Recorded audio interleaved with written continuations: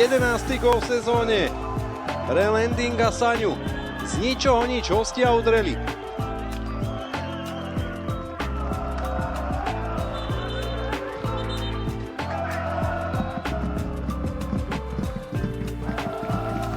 tej nakopnutej lopte som spomínal, že tam má jednoznačne bližšie k nej domáci stoper.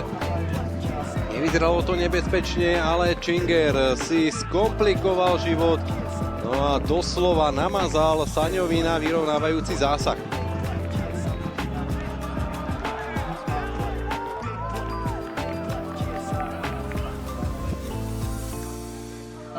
Som správne počul Kucman a Olejník po tej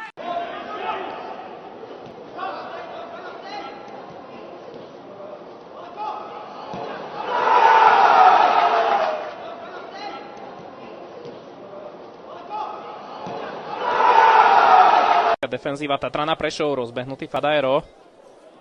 Dá prihrávku Krejči, nedorozumenie v obrane, veľká chyba. Landing Saňa chcel nechať ten gól, myslím, Gladišovi, ale nakoniec sa rozhodol na istotu zakončiť.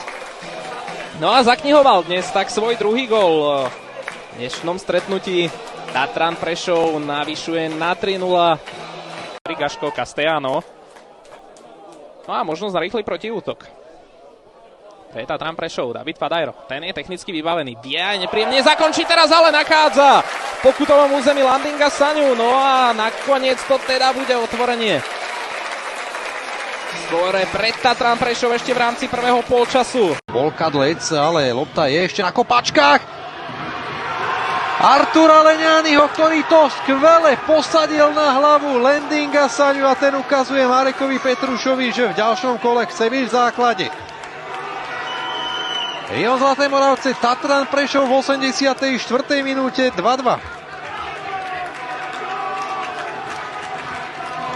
4 góly pre Lendinga Saňu v úvodných troch kolách novej sezóny Monaco Bedligy.